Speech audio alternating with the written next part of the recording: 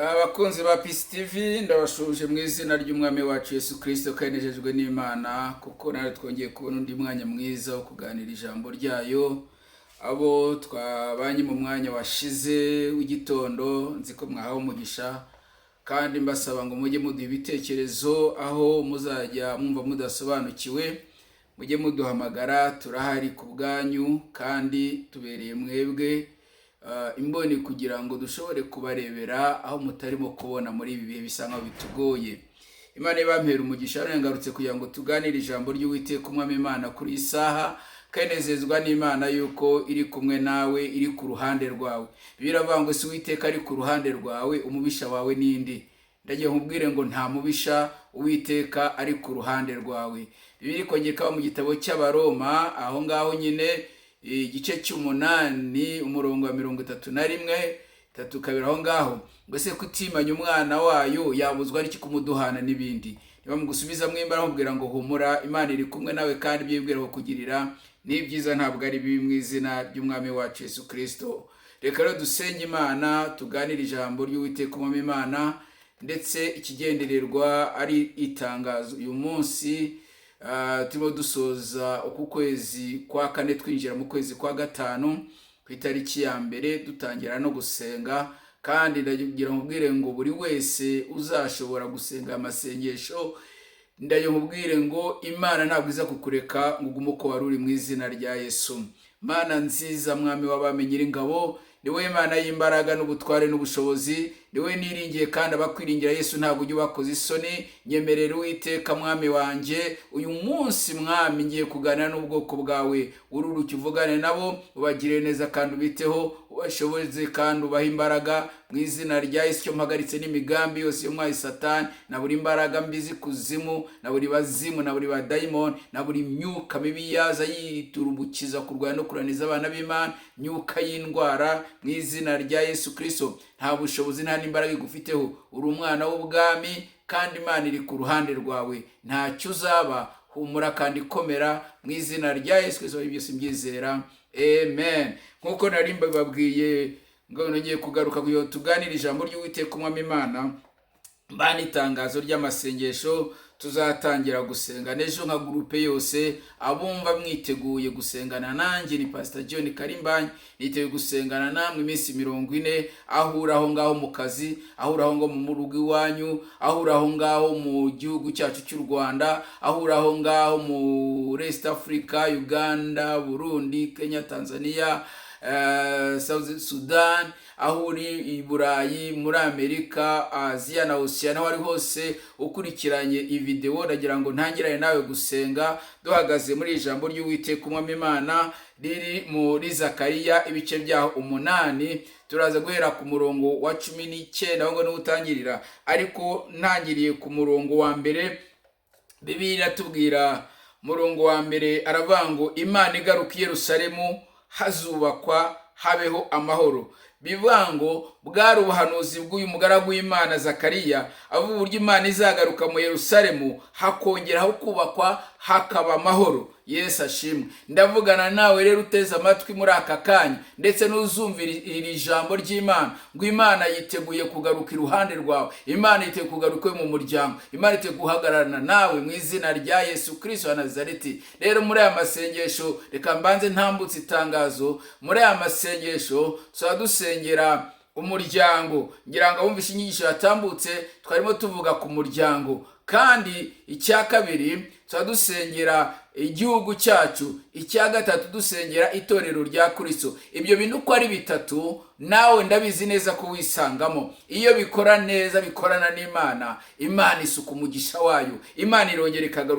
ikagaruka iwawe, ikaza gukora ibyari byarananiranye. Imana iraza ikabana nawe kandi ikaza ikagushyikira mu izina rya Yesu. Rero niteguye gusengana nawe aho uri aho ngaho. Ntabwo ari ngombwa kuvuga ngo tuzaba turi mu rusengero twicaye mu rusengero runaka, ahubwo zatugira amasaha n'ibihe runaka tuzajya duhuriraho, dusengere hamwe. Kandi ufite icyifuzo ugishyire hara muri comment.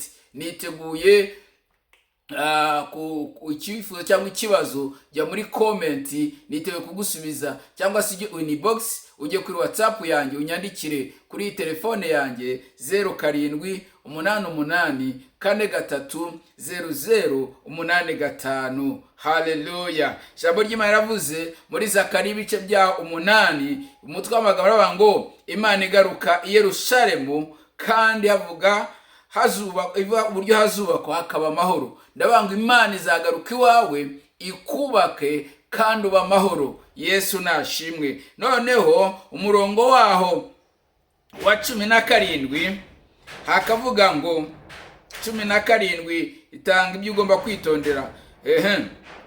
Umurongo wa 17 umurongo wa 16 haravuga ngo ibyo muzajya mukora nibi, umuntu wese ajya avugana iby'ukuri na mugenzi we, mujye muca imanza zitabera z'amahoro mu miharuro yanyu.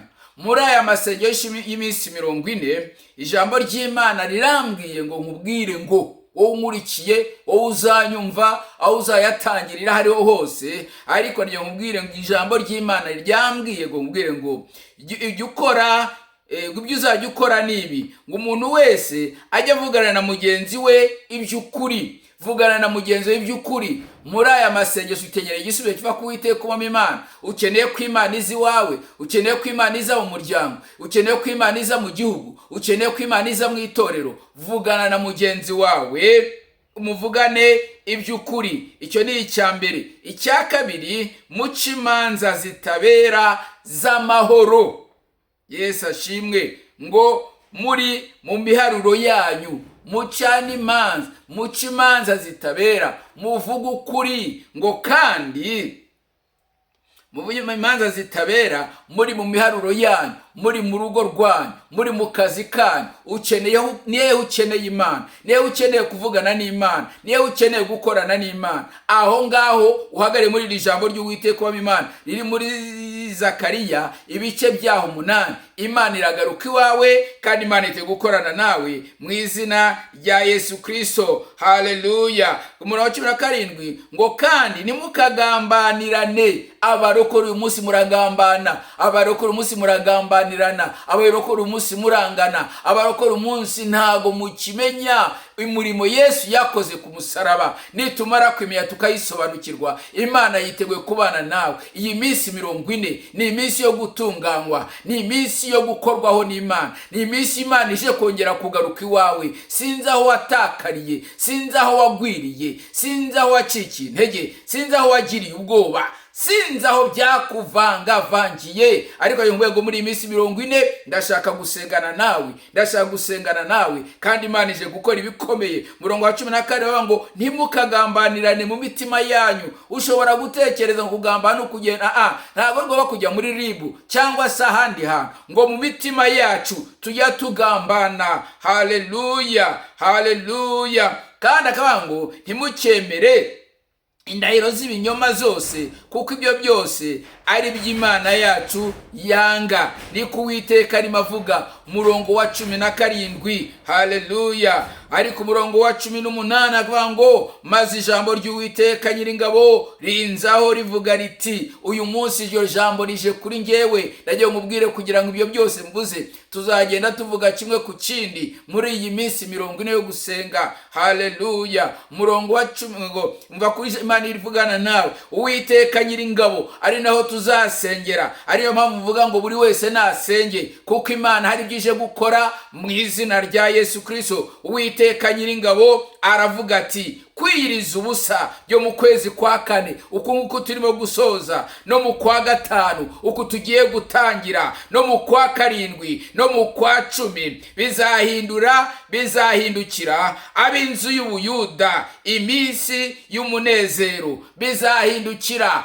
abaza barimo gusenga, abazahindukira ibitorero rya Kristo, bizahindukira igihugu cyacu cy'u Rwanda, bizahindukira igihugu cyawe aho ngaho uri, ngo igihe iminsi y'umunezero n'ibyishimo n'ibirori byiza cyane. Nuko nimukunda amahoro, nimukunda amahoro. Muri iyi minsi ndagukangurira kunda amahoro, kunda Imana, wegera Imana izakugira neza. Bibiliya yatubwiye neza ngo Uwiteka Nyiringabo aravugana nanjye nkubwire ngo kwiriza ubusa kwawe ko mu kwezi kwa kane birashobora kumaza iminsi usenga, ariko gusenga ntawe byishe. Nayo nkubwire ngo dutangirane guhera n'itariki ya mbere. Imana yiteguye gukora imirimo n'ibitangaza, kuko iravuga ibihe byo gusenga. Ibi ni ibihe by'umwaka Imana ibitanze. Nubwo bivuga ngo dusenge buri munsi, ariko hari igihe cyo gutanga ibitambo. Hari igihe uzazana igitambo cyawe ukagishyira imbere y'Uwiteka Umwami Imana, ngo kwiriza ubusa byo mu kwezi kwa kane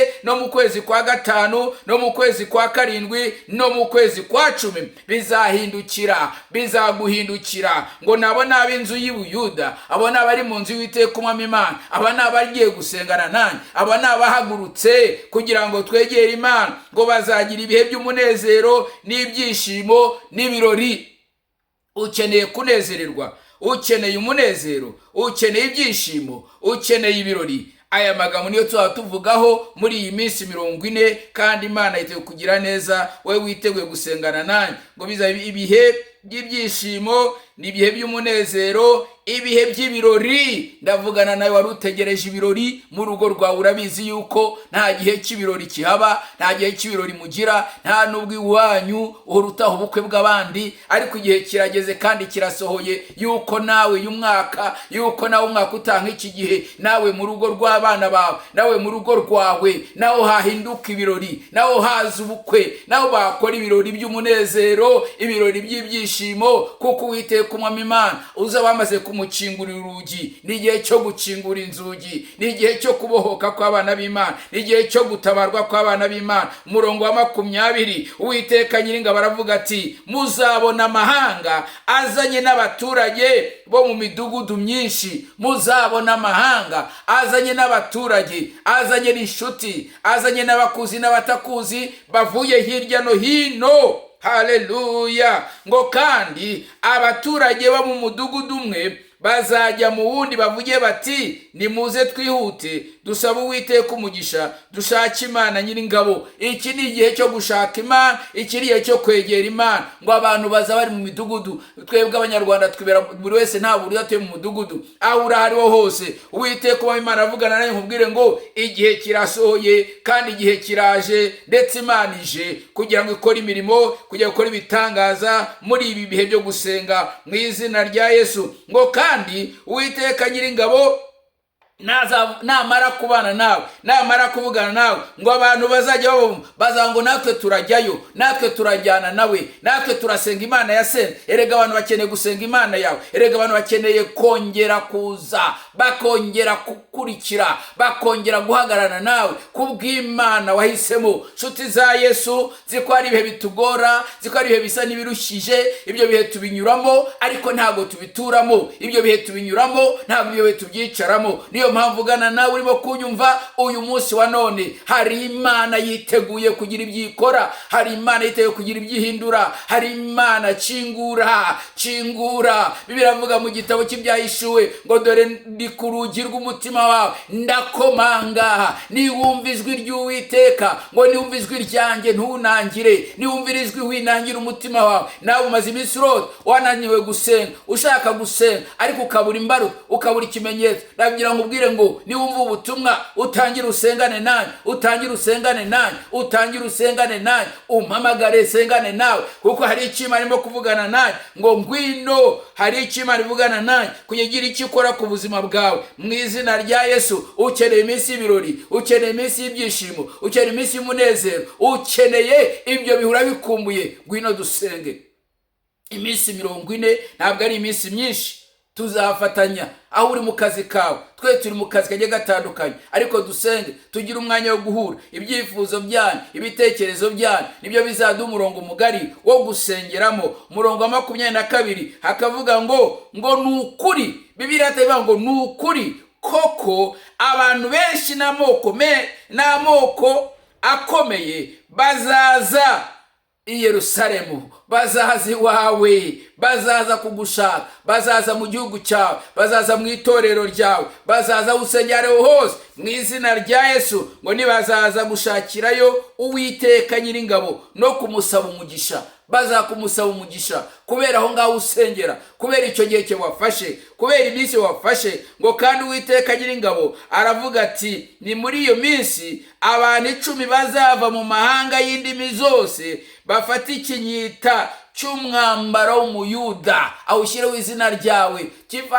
Bafata ikinyita cy'umwambaro wa Karimbanyi, shyiraho nawe izina ryawe. Ngo bazava mu mahanga yose, bazava hirya no hino, bavuga indimi zitandukanye, bafata ikinyita cy'umwambaro wawe, bavuge bati, turajyana kuko twumvise yuko Imana iri kumwe nawe. Kandi ndagiye nkubwire ngo Imana iri ku ruhande rwacu, umubisha wacu ntawe. Ndashaka gusengana nawe, ndashaka kuvugana nawe. Ndagiye nkubwire ngo ibi bihe, ndashaka kuvuga ngo iki gihe dufashe cyo gusenga, ni igihe Imana ije gukora ibikomeye, ni igihe Imana ije guhindura ibikomeye. Ibyo ubona bisa n'ibitashobokaga, hari karande ziri iwanyu mu muryango, hari imbaraga zikugose imbere n'inyuma. Ndagiye nkubwire ngo hejuru y'izo mbaraga hari izindi mbaraga zimanutse, hari izindi mbaraga zije muri ibi bihe byo gusenga, zije gusenya ubwami bw'abadayimoni, zije gusenya mbaraga zikuzimu, zije gusenya ibitero byose umwanzi yarazanye ku buzima bwawe. Nshuti yanjye humura, Imana iragutabaye kandi ije kukugirira neza. Mu izina rya Yesu, kingura umuryango, kingura umuryango, Imana yinjire, maze urebe ngo ibyo wari warabuze biraza bigushakisha. Abari barakubuze baraza kukubona, abaguhamagaraga ntibakubone baraza guhamagara telefone yawe. Babandi mwagendanaga, babandi mwari inshuti, babandi baruzi ko bakugira umumaro, baguteye umugongo. Ariko uyu munsi wa none ngufitiye inkuru nziza. Uwiteka kuba Imana avugana nayo, nkubwire ngo haguruka, haguruka dusenge Imana, haguruka duhamagara Imana, haguruka tujye imbere y'Imana. Imana hari ibyo gukora, Imana hari ibyo kurema, Imana hari ibyo guhindura. Hari amahirwe ya kabiri Imana yongeye kuzana. Birashoboka ko amahirwe ya mbere byaranze, amahirwe ya mbere nta kimwe cyavuyemo, kuko nawe washigutse usubiye na nyuma yaho waruri. Ariko uyu munsi najya kubwira inkuru nziza ngo niwemere ugasenga, niwemere ukegera Imana, niwemere kumvira umwuka w'Imana ari ku ruhande rwawe. Imana iraje, Imana ije gukora ibikomeye, Imana ije guhindura ibikomeye, Imana ije gusenya ubwami bwa dayimoni, ubwami bwa shitani, ubwami bw'abarozi, ubwami bw'abakwanga, ubwami bw'ubukene, mu izina rya Yesu, kugira ngo Imana ubwayo ize yimikire umugisha wayo. Imana ikuzaniye umugisha, wowe urimo kunyumva. Imana ikuzaniye umugisha, Imana izanye umugisha mu gihugu. Hari ibyo Imana ije guhindura, Imana izanye umugisha mu itorero, hari ibyo Imana ije guhindura. Kandi ndavugana nawe nk'uko ijambo ry'Imana ritubwiye ngo amasengesho yo mu kwezi kwa 4 uko turimo dusoza, amasengesho mu kwezi kwa 5, amasengesho yo mu kwezi kwa 7, amaze mu kwezi kwa 10 ngo azabera. Aleluya ramakasheketere mandere boko satarama. Azakubera igihe cy'umugisha, igihe cy'umunezero, igihe cy'ibyishimo. Icyo gihe uteye kukinjiramo. Bino dusengane, bino dusengane.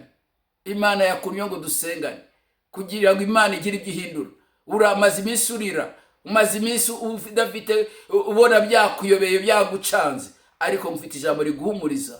Gusenga kwawe, gusenga kwacu iminsi, Imana hari iki gihe ikora, hari kibanije gukora mu izina rya Yesu Kristo. Wanga gusenga ukabwirirwa, wanga gusenga, Yesu ashimwe, ukarwara, wamara kurwara ugasanga ejo cyangwa ejo bundi ibiryo birahari hariya, barakujya hirya no hino, ntushoboye kubirya. Bireke ukibibona, kugira ngo Satani nawe ashware mu izina rya Yesu.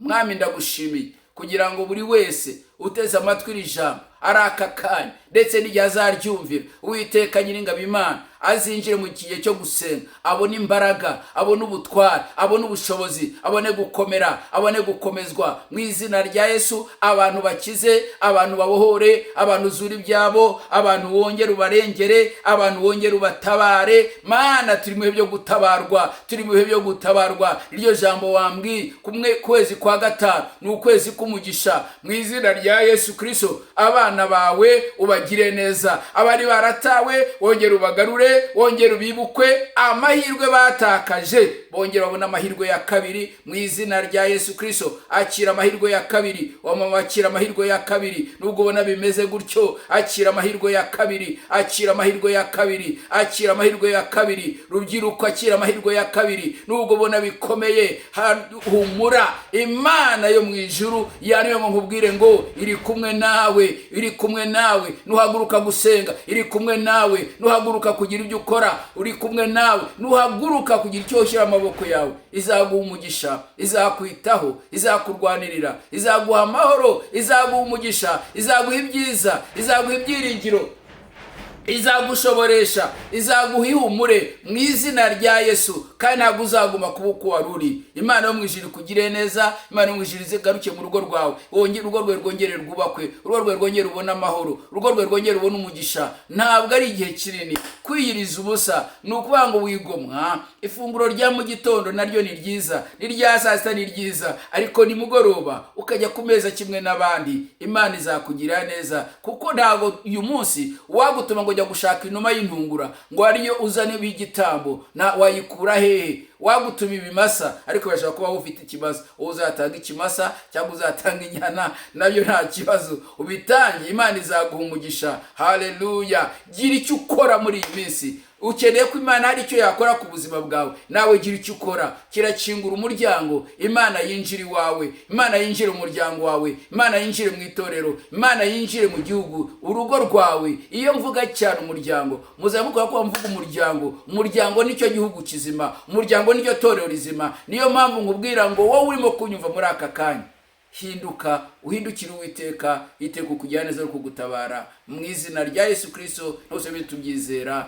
Amen. Imana ibamera umugisha. Ndabakunda cyane, kandi Uwiteka uba Imana yiteguye kubagira neza no kubatabara no kubarengera. Ngwino dusengane, usomere ijambo ry'Uwiteka uba Imana. Iki cyanditswe Zakariya igice cya 8, ugisome cyose, niho tugiye kuba twiga umunsi ku munsi. Nuko Imana izagenda iduhishurira, niko tuzatujya imbere Uwiteka uba Imana ikatugirira neza kandi ikatwitaho. Haleluya. Yesu akomera umugisha. Ushobora kunyandikira kuri WhatsApp kuri 0788430085. kandi iki kiganiro ushobora kucyohereza inshuti yawe, ushobora kucyohereza kugishyira kuri groupe nawe ubaho. Yesu ashimwe. Uzamufashije kuvuga ubutumwa. Ngwino tuvuga ubutumwa. Icyo nicyo gihe cyanjye nawe ko tuvuga ubutumwa, abana b'Imana babone gutabarwa mu izina rya Yesu Kristo. Amen.